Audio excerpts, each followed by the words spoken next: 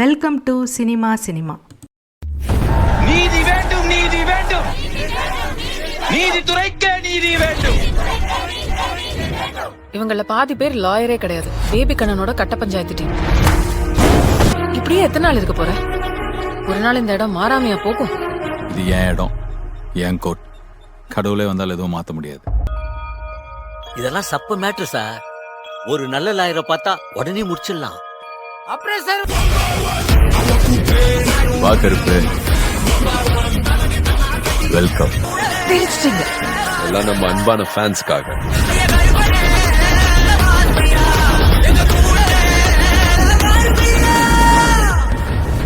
இன்னைக்கு நாம கருப்பு திரைப்படத்தோட கதை என்ன அப்படிங்கிறத பார்க்கலாம். இதில் வந்து சூர்யா, த்ரிஷா மற்றும் பலர் நடிச்சிருக்கிறாங்க. ஆர்ஜே பாலாஜி நடிச்சிருக்கவும் செஞ்சிருக்கிறாரு முக்கியமான வேடத்தில். மற்றும் இந்த படத்தை வந்து இயக்கி இருக்கிறதும் அவர் தான். வாங்க என்ன கதைன்னு பார்க்கலாம். சுகுமாரன் அப்படிங்கிற ஒரு பெரியவரும் அவருடைய மகள் பீனு ரெண்டு பேரும் என்னென்னா ட்ரெயினில் ட்ராவல் பண்ணி கேரளாவில் இருந்துட்டு தமிழ்நாட்டுக்கு ட்ரீட்மெண்ட்டுக்காக வராங்க. அவங்க வந்து இடையிலே வந்து சென்ட்ரலில் போயிட்டு மெயினில் இறங்காமல் இடையிலே வந்து யாரோ சொன்னாங்க அப்படின்னு சொல்லிட்டு இறங்க வேண்டிய ஊர் இதுதான் அப்படின்னு சொல்லிட்டு இடையில ஒரு ஸ்டாப்பிங்கில் வந்து இறங்கிடுறாங்க ட்ரெயின்லேருந்து மிட் நைட்டில். அப்போ வந்து இறங்கினோடனே பார்த்தீங்கன்னாக்கா அங்கே ஒரு ஆட்டோவை பிடிச்சி போயிடலான்னு கேட்குறாங்க. அந்த நேரத்தில் வந்து திருடங்க வந்துட்டு இவங்களோட பேக்கை வந்து திருடிட்டு போயிடுறாங்க. அந்த ஏர் பேக்கில் பார்த்தீங்கன்னாக்கா இவங்க 60 சவரன் நகை வந்து கொண்டு வந்திருக்காங்க. எதுக்கு அப்படின்னாக்கா அந்த பொண்ணோட ட்ரீட்மெண்ட்டுக்கு. அந்த பொண்ணுக்கு வந்து லிவர் வந்து போயிடுச்சு. அந்த லிவர் வந்து டிரான்ஸ்பிளான்ட் பண்ணணும். அதுக்காக வந்து பணம் வந்து பணமாக மாற்றி கொண்டு வந்தால் அது ரிஸ்க் அப்படின்னு சொல்லிட்டு நகையாக வந்து இவங்க கொண்டு வந்திருக்காங்க. இங்கே வந்து மாற்றிக்கலாம் அப்படின்ட்டு. இந்த சமயத்தில் இந்த மாதிரி பேக் வந்து களவு போயிட்டுச்சு. ரொம்பவே வெக்ஸ் ஆகி போயிட்டு இருக்காங்க ரெண்டு பேரும். ஏன்னா ரொம்ப கஷ்டப்பட்டு இருக்கிற ஃபேமிலி தான் அவங்க. அதனால் வந்து ட்ரீட்மெண்ட்டுக்காக தான் அந்த நகையும் கொண்டு வந்தாங்க. இப்போ அது களவு போயிடுச்சு. சரின்னு சொல்லிட்டு போயிட்டு போலீஸ் ஸ்டேஷனில் கம்ப்ளைண்ட் பண்ணுறாங்க. அவங்க வந்து அந்த எஃப்ஐஆர் போடும்போதே பார்த்திங்கனாக்கா 60 பவுனு அப்படின்னு சொல்லி போடாமல் 45 பவுன் அப்படின்னு சொல்லிட்டு எஃப்ஐஆர் போட்டிருக்காங்க. எதுக்கு அப்படின்னு சொன்னாக்கா 15 பவுன் அவங்களே வந்து எடுத்துக்கலாம் கண்டுபிடிச்சா கூட அப்படிங்கிறதுனால அந்த மாதிரி ஃபோர்ஜரி பண்ணிவிட்டு எஃப்ஐஆர் போட்டிருக்காங்க. இது வந்து இவங்களுக்கு தெரியாது. கடைசி வந்து அந்த திருட்டுல சம்மந்தப்பட்ட நிறைய பேரை பிடிச்சிட்டு வந்து விசாரிக்காங்க. அப்போ வந்து அதில் வந்து சில பேர் ஒத்துக்கிறாங்க. அது அவங்கள்ட்ட இருந்து அந்த நகையும் மீட்டுட்டாங்க. பார்த்தா அதில் 45 பவுன் மட்டும் காட்டுறாங்க இவங்ககிட்ட. மிச்சம் 15 பவுன் அந்த திருடங்களே வந்து செலவழிச்சிட்டாங்க ஒரே நாளில் அப்படின்னு சொல்லிட்டு போய் கணக்கு சொல்கிறாங்க. இவரும் வந்து எதிர்த்து கேட்குறாரு, என்னங்க இப்படி சொல்கிறீங்க, 15 பவுனுங்க அப்படிங்கிறாரு. அந்த போலீஸ் லேடியும் சரி அங்கே உள்ளவங்களும் சரி இவரை வந்து சத்தம் போட்டு வாய் அடைச்சிடுறாங்க. இவரும் சரி 45 பவுனாவது கிடச்சா போதும் அப்படின்னு பார்க்குறாரு. அதை கூட நாங்கள் உடனே கொடுக்க மாட்டோம், எஃப்ஐஆர் ஃபைல் ஆகிடுச்சோ அதனால் நீங்கள் கோர்ட்டில் வந்து சப்மிட் பண்ணிடுவோம், அங்கே தான் வந்து நீங்கள் வாங்கிக்கணும், ஹியரிங் முடிஞ்சு 2-3 ஹியரிங் போகும், அதுக்கப்புறம் உங்கள் நகை கிடச்சிரும் அப்படின்னு சொல்லி சொல்கிறாங்க. இது என்னங்க இது கண்ணு முன்னாடி நகை இருக்குது கொடுக்க மாட்டேறீங்க, எங்களை வயசானவங்களை இப்படி அலைய விடுறீங்க அப்படிங்கிறாரு. அவங்க இதுதான் ப்ரொசீஜரும், நீங்கள் கோர்ட்டில் பார்த்துக்கோங்க அப்படின்னு சொல்லிட்டு சொல்லிடுறாங்க. சரி ஓகே, கோர்ட்டில் வந்து உங்கள் சார்பாக பேசுகிறதுக்கு ஒரு வக்கீலை ஏற்பாடு பண்ணுங்க அப்படின்னு வந்து அங்கே போலீஸ் ஸ்டேஷனில் சொல்லிவிடுறாங்க. அதாவது வக்கீல் யார் அப்படின்னாக்கா பேபி கண்ணன். யாருன்னா ஆர்ஜே பாலாஜி, அவர் தான் வக்கீல். பெரிய கிரிமினல் லாயர்னு சொல்லுவாங்களே, உண்மையாலவே வந்து அவர் வந்து கிரிமினல் வேலையை தான் பார்த்துட்ருக்கிறாரு. ஜட்ஜுக்கே வந்து லஞ்சம் கொடுத்து கரெக்ட் பண்ணி நிறையா கேஸில் வந்து ஜெயிச்சிருவார். எவ்வளவு தான் வந்து எவிடன்ஸை வந்து கொண்டு வந்து எதிர்த்தரப்பில் வச்சாலும் கூட இவர் பணத்தை குடிச்சு சரி கட்டி ஜட்ஜையே கரெக்ட் பண்ணி இவர் காரியத்தை சாதிச்சிட்ருக்காரு. இதுதான் இவருடைய வேலையாக இருக்குது. பேபி கண்ணன் அவருடைய பேர். இப்போ வந்து இந்த வயசானவங்க போய் அவர்கிட்ட போயிட்டு சொல்கிறாங்க. ஏன்னா ரெக்கமெண்டேஷன் போலீஸ் ஸ்டேஷன்லேயே இவர் வந்து யாரும் வந்தால் எனக்கு அனுப்பி விடுங்கன்னு சொல்லிட்டு ரெக்கமெண்டேஷனுக்கே வந்து இவர் விசிட்டிங் கார்டெல்லாம் கொடுத்து போலீஸ்காரங்களையும் கரெக்ட் பண்ணி வச்சிருக்கிறாரு. அவங்க வந்து இவரை வந்து கை காட்டி விடுறாங்க. உடனே அவர் வந்துட்டு கேட்குறாரு, ஃபோன் பண்ணி கேட்குறாரு போலீஸில், என்ன இது போய் ஒரு நகை திருட்டு கேஸை போயிட்டு எனக்கு அனுப்பியிருக்கீங்க என்ன அப்படின்னு சொல்லிட்டு. என்ன ஒரு 2 பவுன் 3 பவுன் இருக்குமா அப்படின்ட்டு. இல்லைங்க 60 பவுனு, அதனால தான் வந்து இதை வந்து நாங்கள் எஃப்ஐஆர் போட்டு இது பண்ணவே செஞ்சோம், இல்லாட்டி நாங்கள் எதுக்கு இதை ஒன்று பெரிய விஷயமாவே எடுத்துக்க மாட்டோம் அப்படின்னு சொல்கிறாங்க போலீஸ் ஸ்டேஷனில். 60 சவரனா அப்படின்னு சொல்லிட்டு வாயை பிளந்துட்டு சரி ஓகே அப்படின்னா ஓகே தான், ஒர்த்து தான் அப்படின்னு சொல்லிட்டு இவர் சரின்னு சொல்லிட்டு அந்த கேஸை எடுத்துக்கிறாரு. பார்த்தா அதாவது கிடைச்ச நகையை கையில் வாங்குறதுக்கு இந்த பாடு அந்த மாதிரி இருக்குது. அந்த இவர் போகிறாரு, ஹோட்டலில் சாப்பிட்றாரு. இவர் கூட உள்ள கைங்களுக்கு எல்லாருமே சேர்ந்து ஹோட்டலில் பிரியாணி அது இதுன்னு சாப்பிட்றாங்க. எல்லா பில்லையும் சேர்ந்து இந்த அப்பா பொண்ணு தலையில் கட்டிடுறாங்க. அது ஒரு நேரத்துக்கே பார்த்திங்கன்னா 10,000 ரூபா 12,000 ரூபான்னு சொல்லிட்டு பிரியாணி உட்காந்து சாப்பிட்றாங்க 2-3 பேர் சேர்ந்து. அந்த மாதிரி பிரியாணியாக சாப்பிட்டு இஷ்டத்துக்கு இவங்க சாப்பாட்டு செலவே பார்த்திங்கனாக்கா கொஞ்ச நாள்லேயே பார்த்திங்கன்னா 2 லட்சம் ரூபா வந்துருச்சு சாப்பாட்டு செலவே. அந்த அளவுக்கு வந்து தீனி திங்குறாங்க. பார்த்தா இவங்க தலையிலையும் கட்டி விட்டுறாங்க. அந்த பொண்ணு பாவம் உடம்பும் சரியில்லை, ரொம்ப கஷ்டப்பட்டுட்டு ஒரு நோயோட தீவிரமான இடத்துல வந்து இருக்குது உடம்புல நோய் வந்து. அதையும் வச்சுக்கிட்டு அந்த பொண்ணு சர்வை பண்ணிட்டுருக்கு. அவங்க அப்பாவும் வயசானவர், அப்புறாணியாக இருக்கிறாரு. அவரும் வந்து சரி எப்படியாவது நமக்கு அந்த 45 பவுனையாவது வாங்கி கொடுத்துருவாங்க அப்படிங்கிற நம்பிக்கையில் சரின்னு சொல்லிட்டு எல்லாம் வாய்தான்னு போட்டுட்டு இருக்காங்க. என்னங்க இது ஒரு 3-4 ஹியரிங்கில் கிடச்சிருன்னு சொல்கிறீங்க, இன்னும் கிடைக்கலையே அப்படின்னு ரொம்ப வருத்தப்படுறாரு. ஏன்னா இவங்க எவ்வளோ சீக்கிரமாக ஆப்ரேஷன் பண்ண முடியுமோ அவ்வளோ சீக்கிரமாக இந்த பொண்ணை காப்பாற்றலாம், இல்லாட்டி அந்த பொண்ணு இறந்துரும் அப்படின்னு டாக்டர் வந்து சொல்லியிருக்கிறாரு. அதனால் இவங்க அப்பா அவசரப்படுத்துறாரு. ஆனால் அதை யாரையும் புரிஞ்சுக்கல. அந்த பேபி கண்ணனும் சரி, அவங்க கூட்டாளிகளும் சரி, கிடைச்ச வரைக்கும் லாபம் அப்படின்னு சொல்லிட்டு இவரை ஏமாற்றி சாப்பிட்றாங்க, பில்லை போடுறாங்க. அப்புறம் இவங்ககிட்ட எல்லா செலவுக்கும் இவங்கள்ட்ட தான் காசில் வாங்குறாங்க. இந்த மாதிரிலாம் பண்ணி அந்த பொண்ணும் சரி, அவங்க அப்பாவும் சரி ஒரு காலகட்டத்தில் ரொம்ப வெக்ஸ் ஆகி ரொம்ப கடுப்பே ஆயிட்டாங்க. என்னடா இது அப்படின்னு சொல்லிட்டு போக தான் தெரியுது இந்த பேபி கண்ணன் வந்து நேர்மையான ஆள் கிடையாது, அவருமே வந்து ஃப்ராடுத்தனம் பண்ணிக்கிட்டு இருக்க ஆள் தான் அப்படிங்கிறது அவங்களுக்கு தெரியுது. அப்போ வந்து என்ன ஆகுது அப்படின்னாக்கா, அந்த கோர்ட்டு வாசலுக்குள்ளேயே சரி ஒரு கருப்பசாமி கோயில் வந்து இருக்குது. அங்கே உள்ள பூசாரிக்கிட்ட இவர் போய் கேட்பார், என்ன இது கோயில் அப்படின்னோடனே, இந்த மாதிரி ரொம்ப துடியான தெய்வம், ரொம்ப கோவக்கார ஆள், தப்பு பண்ணவங்கள உடனே தண்டிப்பார் இவர், மிளகா அரைச்சி அவர் மேலே பூசணுங்கிறது பரிகாரம், அது பண்ணினா நம்ம வேண்டுதலை கேட்டு அவர் கண்டிப்பாக பதில் சொல்வார் அப்படின்னு சொல்லி அந்த பூசாரி சொல்கிறாரு. நிறைய பேருக்கும் அந்த மாதிரி நடந்திருக்கு அப்படிங்கிறதையும் சொல்கிறாரு. இவர் வந்து ட்ரெயினில் வரப்பவே இந்த பெரியவருக்கு ஒரு கருப்பசாமி கனவு வந்து வந்திருக்கும். அதே மாதிரி ட்ரெயினை விட்டு இறங்கும் போதும் போகாத அப்படிங்கிற மாதிரி ஒரு பேக் வந்து இதுலேயே மாட்டிக்கும், இழுக்கும், இறங்க வேண்டாம் அப்படின்னு சொல்கிற மாதிரி. அந்த இடத்துல பார்த்திங்கன்னா ஒரு கருப்பசாமி ஃபோட்டோ ஒன்று இருக்கும். அவர் இறங்காதன்னு சொல்கிற மாதிரி இவர் எடுத்து நினைப்பார். அப்போ கனவுலையும் வந்து கருப்பசாமி வந்தார். இப்படி இருந்தார், அவர் இறங்க வேண்டாம்னு சொன்னார், இறங்கினோம், நகையும் போயிடுச்சு. அதனால் இப்போ வந்து நாமளும் இப்போ ரொம்ப அலக்கழிக்கிறாங்க, நமக்கு நகை கிடைக்குமானே தெரியல, பொண்ணு ரொம்ப சீரியஸாக இருக்கிறா அப்படின்ட்டு இவர் என்ன பண்ணுறாரு, ரொம்ப ஒரு மாதிரி ரொம்ப வருத்தத்துலேயும் ஆதங்கத்துலேயும் இவர் போய் மிளகா வந்து அரைச்சி இவர் கையால் அந்த கருப்பசாமிக்கு மேலே வந்து பூசி விட்டுறாரு. சாமி மேலே மிளகா அரைச்சி பூசின உடனேயே சாமி வந்து நேர்லையே வந்துட்டார்.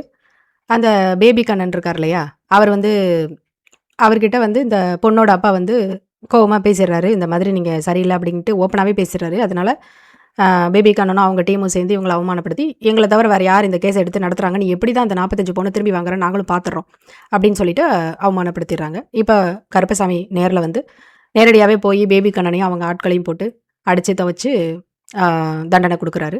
அப்போ வந்து அந்த பேபி கண்ணனுக்கு வந்து தெரிஞ்சு போயிடுது, அவர் நல்ல மப்பில் இருக்கிறாரு, வந்தது யாருன்னு தெரியலை ஃபஸ்ட்டு. அதுக்கப்புறம் பேசுகிறத வச்சுட்டு இதுதான் கருப்பசாமி அப்படின்னு சொல்லிட்டு அவருக்கு தெரிஞ்சிருது. அவர் உணரலை, ஆனால் வந்து கருப்பசாமி வந்து உணர வைக்கிறாரு, அவருக்கு மரண பயத்தை காட்டுறாரு. உடனே வந்து அவர் பேபி கண்ணன் உணர்ந்துட்டார், இது வந்து சாமி வந்திருக்குது அப்படின்னு சொல்லிட்டு.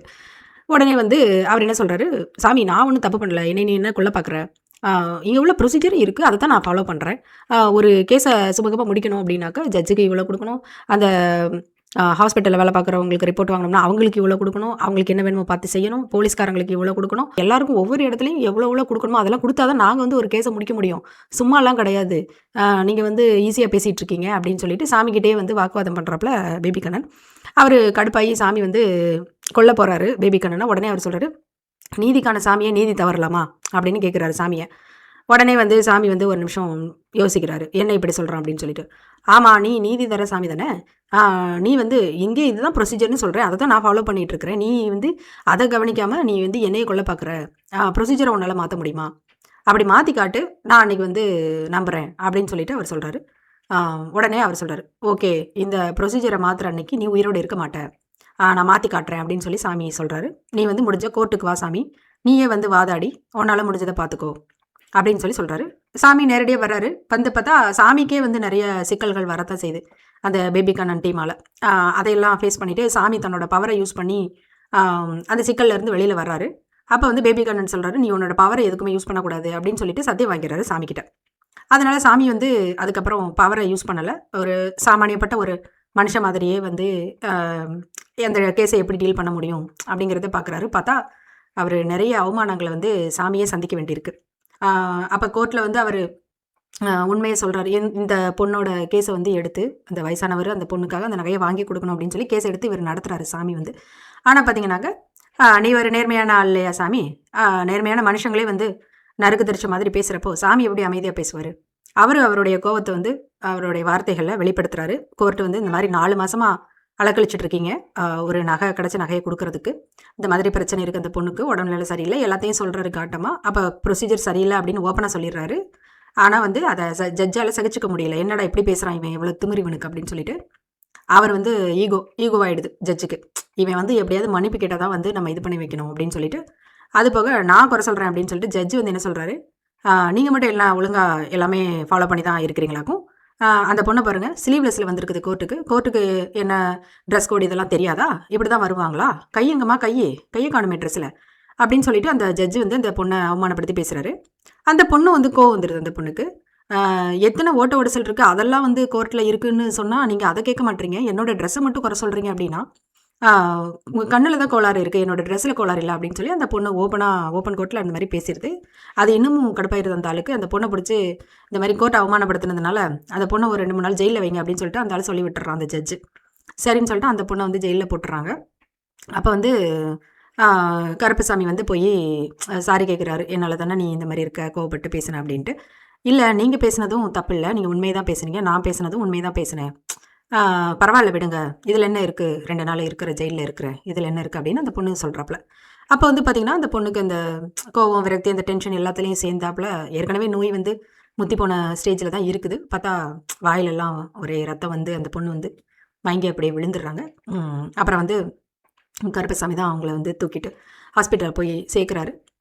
ஆனால் கடைசி நிமிஷத்தில் வந்து வந்திருக்கீங்க, ரொம்ப கிரிட்டிக்கல் ஸ்டேஜில் இருக்குது அப்படின்னு சொல்லிட்டு டாக்டர் சொல்கிறாரு. பார்த்தீங்கன்னாக்கா அந்த பொண்ணை வந்து காப்பாற்ற முடியல அப்படிங்கிறாரு டாக்டர். அவங்க அப்பா வந்து அவ்வளவு அழுறாரு, இந்த மாதிரி இவளுக்காக தானே நான் இவ்வளவும் பண்ணேன் அப்படின்னு சொல்லிட்டு. கடைசி பார்த்தா அந்த இவர் வந்து பேசி இந்த பொண்ணு இந்த மாதிரி இருக்குது அப்படின்னு சொல்லிட்டு கருப்பசாமி வந்து என்ன பண்ணிடுறாரு, ஜட்ஜுக்கிட்ட ரொம்ப மன்னிப்பு கேட்டுறாரு. அந்த பொண்ணு சாகிறதுக்கு முன்னாடி ஹாஸ்பிட்டலில் போய் சேர்த்ததுக்கு அப்புறம் சொல்கிறார், ரொம்ப மன்னிப்பு கேட்டு கடவுளே வந்து மன்னிப்பு கேட்டுறாரு ஒரு மனுஷன்ட்ட தன்னோட ஈகோவை விட்டு. சரி ஓகே அப்படின்னு சொல்லிட்டு நம்ம வந்து அந்த பொண்ணுக்கு எப்படியாவது அதை வாங்கி கொடுத்துடணும், அந்த நகையை வாங்கி கொடுத்து காப்பாற்றிடணும் அப்படின்னு சொல்லி கடைசி மன்னிப்பு கேட்ட உடனே அவங்களுக்கெல்லாம் ஒரே சந்தோஷம்.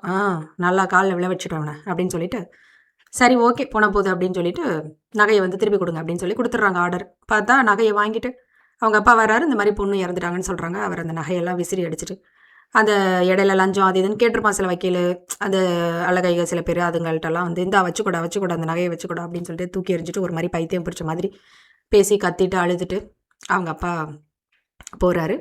ஆனால் அதை கூட பார்த்து யாருக்கும் இறக்கம் வரல, இந்த அழகைங்களுக்கும் சரி அந்த பேபி கண்ணனுக்கும் சரி. இந்த மாதிரி என்ன சொல்கிறாங்க, இவர் கருப்பசாமியால் தான் உயிர் போன மாதிரி அவங்க வந்து இது பண்ணுறாங்க. நீ வந்து சின்னதாக முடிய வேண்டியதை வந்து நீ வந்து நேர்மை நியாயம்னு சொல்லி இந்த மாதிரி பெருசாக இழுத்து விட்டுட்ட, இப்போ அந்த பொண்ணு செத்தே போயிடுச்சு அப்படின்னு சொல்லிட்டு நக்கல் பண்ணிட்டு இருக்காங்க. இதுக்கு இடையில் என்ன காட்டுறாங்க அப்படின்னாக்கா, கண்மணி அப்படிங்கிற ஒரு லேடி இருக்காங்க. அவங்க வந்து முன்னாள் அமைச்சர் அவங்களுக்கு வந்து பிஏவாக வந்து ஒர்க் பண்ணியிருக்காங்க. அந்த சமயத்தில் வந்து அந்த அமைச்சரால் வந்து அவங்களுக்கு பாலியல் கொடுமை நடந்திருக்கு அப்படின்னு சொல்லிட்டு அவங்க அப்போது வந்து அவங்க பார்ட்டி வந்து ஆட்சியில் இருந்ததுனால இவங்களால் வந்துட்டு எதுவும் சொல்ல முடியல. இப்போ வந்து அவங்க அந்த அவருக்கு எதிராக கேஸ் போட்டிருக்காங்க. அப்போது அந்த கேஸை வந்து இவங்க அந்த பேபி கண்ணன் டீமு அதில் ஒரு ரவுடி வக்கீல் ஒருத்தர் இருக்கார், அந்த ஆள் தான் வந்து அந்த கேஸை வந்து எடுத்திருக்கிறாரு. இப்போ அந்த அமைச்சர் கூட சேர்ந்துக்கிட்டு இவங்களுக்கு அகெயின்ஸ்டாகவே அவர் செயல்படுறாரு. உடனே இவங்க அந்த கேஸை வந்து கொடுங்க, கேஸ் கட்டையை கொடுங்க, நான் வந்து வேறு வக்கீலை வச்சு பார்த்துக்கிறேன் அப்படிங்கிறாங்க. எங்களை மீறி வேறு எந்த வக்கீல் வந்து அதை எடுக்கிறான்னு பார்ப்போம் அப்படின்ட்டு அவங்க திமிரா தனாவட்டா அந்த குரூப் சொல்கிறாங்க.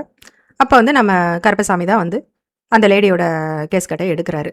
நான் வந்து வாதாடுறேன் அப்படின்னு சொல்லிட்டு பார்த்தா அதை எடுத்துட்டு அவர் என்ன பண்ணுறாரு அப்படின்னாக்கா, அதை த்ரிஷா, இதில் அவங்க பேர் வந்து பிரீத்தி, அவங்க வந்து ஒரு நேர்மையான வக்கீலாக இருக்கிறாங்க. அவங்கக்கிட்ட வந்து இந்த கண்மணியோட கேஸை வந்து நீ எடுத்து நடத்தணும் அப்படின்னு சொல்லிட்டு கொடுக்குறாரு. அப்போ வந்து அந்த பிரீத்திக்கு வந்து ஆக்சுவலாக இவர் வந்து சாமி அப்படிங்கிறது அவங்களுக்குமே தெரியும். அப்போ வந்து அவங்க என்ன சொல்கிறாங்க, நான் அவங்ககிட்ட என்னென்னமோ கேட்டேன் சாமி, இந்த கோர்ட்டு வந்து ஹைடெக்காக மாறணும், இந்த பழைய பில்டிங்லாம் இல்லாமல் புது பில்டிங்காக மாறணும், எல்லாரும் உண்மையே பேசணும், பொய் பேசக்கூடாது, எல்லாருக்கும் நியாயம் கிடைக்கணும் அப்படின்லாம் வேண்டினேன். எல்லாத்தையும் கொடுக்காம இந்த கேஸ் கட்டை மாத்திரம் கொடுத்துருக்கேன். சரி ஓகே நான் வாதாடுறேன் அப்படின்னு சொல்லிட்டு அவங்க எடுத்துகிட்டு போகிறாங்க கோர்ட்டுக்கு. அப்போ வந்து என்னைக்கு இல்லாத திருநாளா அன்றைக்கி என்ன ஆயிடுது அப்படின்னாக்க, அந்த பேபி கண்ணன் வந்து இந்த பிரீத்திக்கு எதிராக பேசுகிறாரு. அதெல்லாம் கிடையாது, என்னோடய தரப்பு வந்து கரெக்டாக தான் இருக்குது, இவங்க தான் வந்து பொய் கேஸ் போட்டிருக்கிறாங்க இந்த லேடி அப்படி இப்படிங்கிறாரு. முன்னாடி அப்படி பேசிக்கிட்டு இருந்தவர் திடீர்னு பார்த்தா அவரால் அந்த கோர்ட்டில் வந்து உண்மை தவிர எதுவும் பேச முடியல, வாயெல்லாம் குழையுது. பார்த்தா உண்மை மட்டுமே பேசுகிறாரு.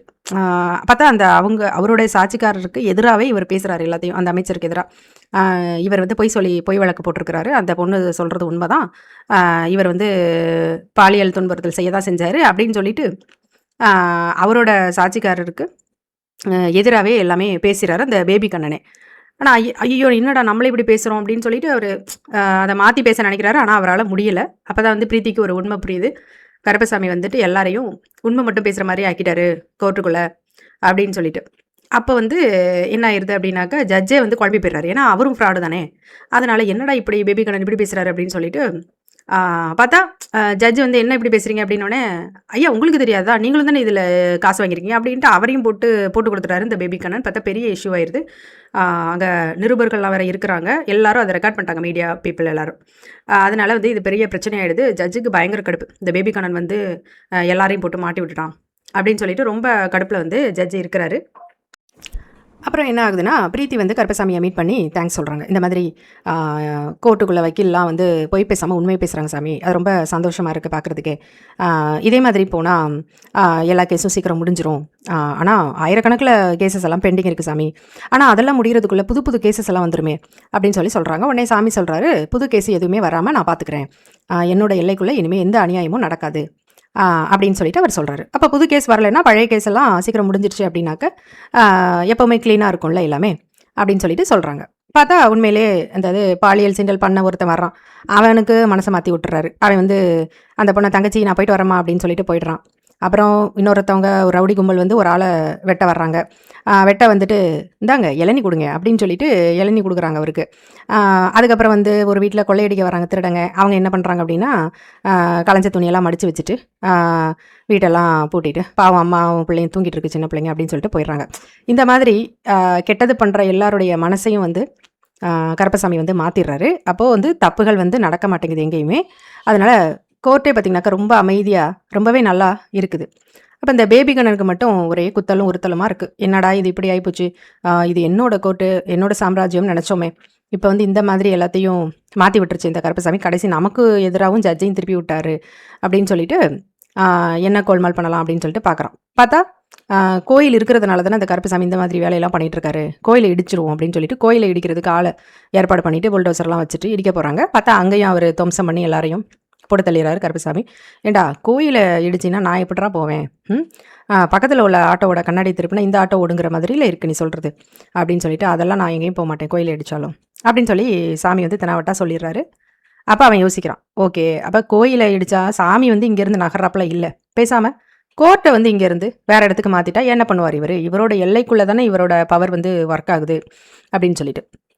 ஏன்னா அதை ஒரு காலகட்டத்தில் இந்த பேபி கண்ணன் வந்து தெரிஞ்சிட்ருப்பார், ஒரு அந்த ஊருடைய எல்லைக்கு உள்ளே தான் இந்த சாமியோட வேலையெல்லாம் நடக்குது, அதை தாண்டி வந்து இவருக்கு வந்து பவர் இல்லை அப்படின்னு சொல்லிட்டு தெரிஞ்சுக்கிட்டு கோர்ட்டை வந்து மாற்றணும். அப்போ என்ன செய்யலாம், இது ஏற்கனவே பழைய காலத்து கோர்ட்டு தான், அது இப்படான்னு இடிஞ்சு விழுகிறப்பல தான் இருக்குது.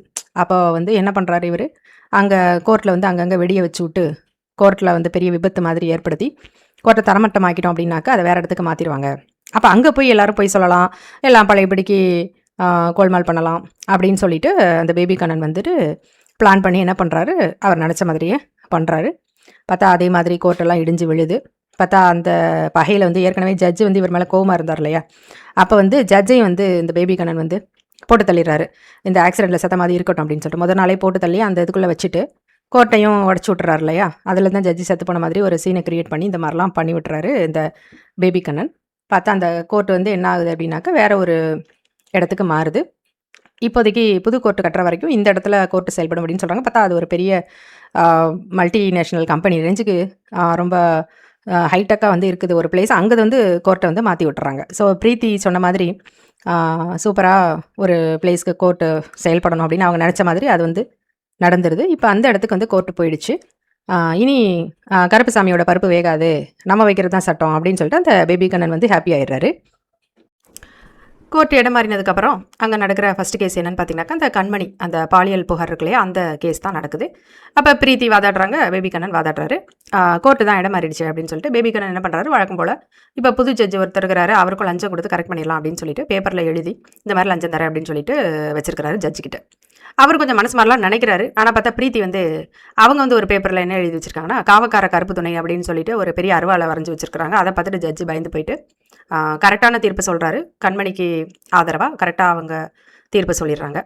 அது மட்டும் இல்லாமல் என்ன பண்ணுறாரு அப்படின்னாக்க, பேபி கண்ணனுக்கு எதிராக அவர் வந்து நீதித்துறைக்கே லஞ்சம் கொடுத்து கரெக்ட் பண்ண பார்த்தாரு அப்படிங்கிற குற்றச்சாட்டை சொல்லி அவர் வந்து இனிமேல் வக்கீலாகவே ப்ராக்டிஸ் பண்ணக்கூடாது அப்படின்னு சொல்லிட்டு அவருக்கு நிறையா அபராதம் அது இதுன்னு தண்டனைலாம் கொடுத்துட்றாங்க கோர்ட்டில். அப்போ பேபி கண்ணுக்கு ஒன்றுமே புரியலை. கோர்ட்டு தான் இடம் மாறிடுச்சு, இங்கே கருப்பசாமியும் கிடையாது, என்னது இப்படி அப்படின்னு சொல்லிட்டு குழம்பி போய் வெளியில் வர்றாரு. அப்போ பார்த்தா அங்கே கருப்பசாமி வர்றாரு. இதெல்லாம் என்னவோ வேலையா, இங்கே வந்து என்ன பண்ண அப்படின்னு சொல்லிட்டு பேபி கண்ணன் கேட்குறாரு. உடனே கருப்பசாமி நக்கலா சொல்கிறாரு, இங்கே வந்து கருப்பசாமி இல்லைன்னு நினைக்கிறியா, அங்கே பாரு அப்படின்னு சொன்னால் பார்த்தா கோர்ட்டே ஃபுல்லாகவே வெளியில் தான் நிற்கிது. அங்கே வந்து ஒரு கருப்பசாமி கோயில் நைட்டோட நைட்டாக வந்து கட்டிட்டாங்க. வந்து அங்கே ஒரு பெரிய கருப்பசாமி சிலையை வச்சு அங்கே ஒரு கோயில் எழுப்பிட்டாங்க. அங்கே தான் வந்து எல்லா வக்கீலும் எல்லாரும் போயிட்டு அங்கே நின்று சாமி கும்பிட்டுட்டு இருக்காங்க. அப்போ பார்த்துட்டு பயபக்தியோட கும்பிடுறாங்க. தப்பு பண்ணால் சாமி தண்டிச்சிருவாரு அப்படிங்கிற பயம் வந்து எல்லார் மனசுலையும் இருக்குது. அப்போ கருப்பசாமி அதை காட்டிட்டு சொல்கிறாரு, இங்கே சாமி இல்லை அப்படின்ட்டு நினைக்கிற, ஆனால் அந்த பயம் வந்து எல்லார் மனசுலையும் இருக்குது. அந்த பயம் இருக்கிற வரைக்கும் அவங்க நேர்மையாக தான் நடந்துக்குவாங்க. நேர்மைங்கிறது ஒரு மிகப்பெரிய அடிக்ஷன். அது மட்டும் பிடிச்சி போயிடுச்சுன்னு வச்சுக்கோ, பழக்கமாயிடுச்சுன்னு வச்சுக்கோ, அதை யாராலையும் விட முடியாது அப்படின்னு சொல்லிட்டு அவர் சொல்கிறாரு. உடனே பேபி கண்ணன் பார்த்துட்டு, ஓஹோ, அப்போ வெறும் சிலையை மட்டும் வச்சு நீ எல்லாரையும் ஏமாற்றிக்கிட்டு இருக்க, அங்கே சாமியும் இல்லை, அதோட பவரும் இல்லை அப்படிங்கிறத நான் ப்ரூவ் பண்ணுறேன் அப்படின்னு சொல்லிட்டு என்ன பண்ணுறாரு இந்த பேபி கண்ணன். ஈவினிங் வந்துட்டு இனாகுரேஷன் ஃபங்க்ஷன் இருக்குது, அந்த கோர்ட்டு புதுசாக மாறிச்சு இல்லையா, அதுக்காக அந்த ஃபங்க்ஷனில் வந்துட்டு இந்த பேபி கண்ணன் அராஜகம் பண்ணிகிட்ருக்காரு. எல்லார் முன்னாடியும் வந்து ரொம்ப திமிரா பேசி ஜட்ஜையும் திட்டி அது இதுன்ட்டு எல்லாரும் வந்து கடுப்பை, என்ன இது பேபி கண்ணன் இந்த மாதிரியெல்லாம் அராஜகம் பண்ணிகிட்ருக்கு, இதெல்லாம் தப்பு அப்படிங்கிறாங்க எல்லா வக்கீலும். என்ன இது இருந்துட்டிங்களா ஒரே நாளில், அப்படிலாம் திருந்தக்கூடிய ஆள் கிடையாது, நீங்கள் பயந்து போய் தானே திருந்திருக்கீங்க, உண்மையாகவே திருந்தினீங்களா என்ன அப்படின்னு சொல்லிட்டு எல்லாரையும் நக்கல் பண்ணிவிட்டு, இங்கே சாமியும் இல்லை ஒன்றும் இல்லை, சாமி இருக்குன்னு பயந்து தானே நீங்கள் இப்படி பண்ணீங்க, அதெல்லாம் அந்த எல்லையோட சரி, இங்கெல்லாம் ஒன்றும் கிடையாது அப்படின்னு சொல்லிட்டு அவர் ரொம்ப அராஜகம் பண்ணுறாரு. அங்கே உள்ளவங்களெல்லாம் போட்டு அடித்து மண்டையை உடச்சி எல்லாரையும் கஷ்டப்படுத்தி நிறைய அராஜகம் பண்ணுறாரு. என்ன சாமியை காணோம், நான் இவ்வளோ பண்ணுறேன் அப்படின்னு நக்கலா சொல்கிறாரு. கடைசியாக துப்பாக்கி எடுத்து ஒரே ஒரு மர்டரும் பண்ணிடுறேன் சேர்த்தாப்புல, எந்த சாமி வந்து கிழிக்குதுன்னு பார்க்கலாம் அப்படின்னு சொல்லிட்டு பிரீத்தியை வந்துட்டு சுட பார்க்குறாரு பேபி கண்ணன். உடனே பார்த்தா அங்கேருந்து வந்து சாமி வந்துடுறாரு, கருப்பசாமி. அதாவது அந்த எல்லையில் வேட்டை கருப்பு மாதிரி, இந்த எல்லையில் காவக்கார கருப்பு அப்படின்னு சொல்லிட்டு சாமி வந்துட்டு போலீஸ் ட்ரெஸ்ஸில் வந்துட்டு சண்டை போடுறாரு, எல்லாம் பண்ணுறாரு. ஓஹோ, போலீஸ்காரனானியே, என்ன புதுசாக வந்திருக்கிற அப்படின்னு சொல்லிட்டு, இங்கே உன்னோட பருப்பு வேகாது அப்படின்னு சொல்லிட்டு பேபி கண்ணன் வந்து திமிரா பேசுகிறாரு. பார்த்தா சாமி வந்து அவருடைய சுயரூபத்தை காட்டுறாரு. பார்த்தா உண்மையிலே வந்து காவக்கார கருப்பு வந்து நேர்லேயே வந்துட்டார். வந்து அவருடைய சுயரூபத்தை காட்டுறாரு. எல்லாரும் ரொம்ப பயந்து போய் பார்க்குறாங்க சாமியை. அப்போ அவர் வந்து தப்பு பண்ண எல்லாரையும், அது சாமின்னு தெரிஞ்சும் போய் அடிக்க போகிறாங்க, வைக்க போகிறாங்க, அவங்க எல்லாரையும் போட்டு நெருப்பில் வந்து எரிச்சிட்றாரு. கடைசியாக வந்து பேபி கண்ணனையும் சரி தலையை ஃபுல்லாக வெட்டிட்டு தலை கீழே தொங்க விட்டுறாரு. அதாவது எல்லாரும் நேர்மையாக இருக்கணும். ஜட்ஜை பார்த்து சொல்கிறாரு, ஜட்ஜையும் கோர்ட்டு எல்லாரையும் பார்த்து சொல்கிறாரு, உங்களெல்லாம் தெய்வம் நினச்சிட்டு வர்ற மக்களை நியாயம் கிடைக்கலன்னு சொல்லிட்டு கோயில் வாசலை நிற்க வச்சிடாதீங்க, ஒழுங்காக நடந்துக்கோங்க அப்படின்னு சொல்லிட்டு, அப்படி ஒழுங்காக நடக்கலைன்னா இந்த கதி தான் உங்களுக்கும் அப்படின்னு சொல்லிட்டு கருப்பசாமி வந்து ரொம்ப கோவப்பட்டு வான் பண்ணிவிட்டு அங்கேருந்து மறைஞ்சிடுறாரு. அப்போ எல்லாருமே கண்கூட அந்த கருப்பசாமி வந்து பார்த்துட்டாங்க. அதுக்கப்புறம் எல்லாருமே வந்து நேர்மையாக தான் நடந்துக்கிறாங்க. நிறைய கேஸு நீண்ட காலமாக இழுவையில் இருந்தது, அதெல்லாம் வந்து நல்லபடியாக தீர்ப்பு சொல்லி எல்லாமே நல்லபடியாக முடிச்சு வைக்கிறாங்க. அப்போ கடைசியில் பார்த்தீங்கன்னாக்கா த்ரிஷா வந்து போயிட்டு ஹோட்டலில் சாப்பிட்டுட்ருக்காங்க. அப்போ அந்த ஹோட்டலில் தற்செயலாக பின்னாடி திரும்பி பார்க்குறாங்க.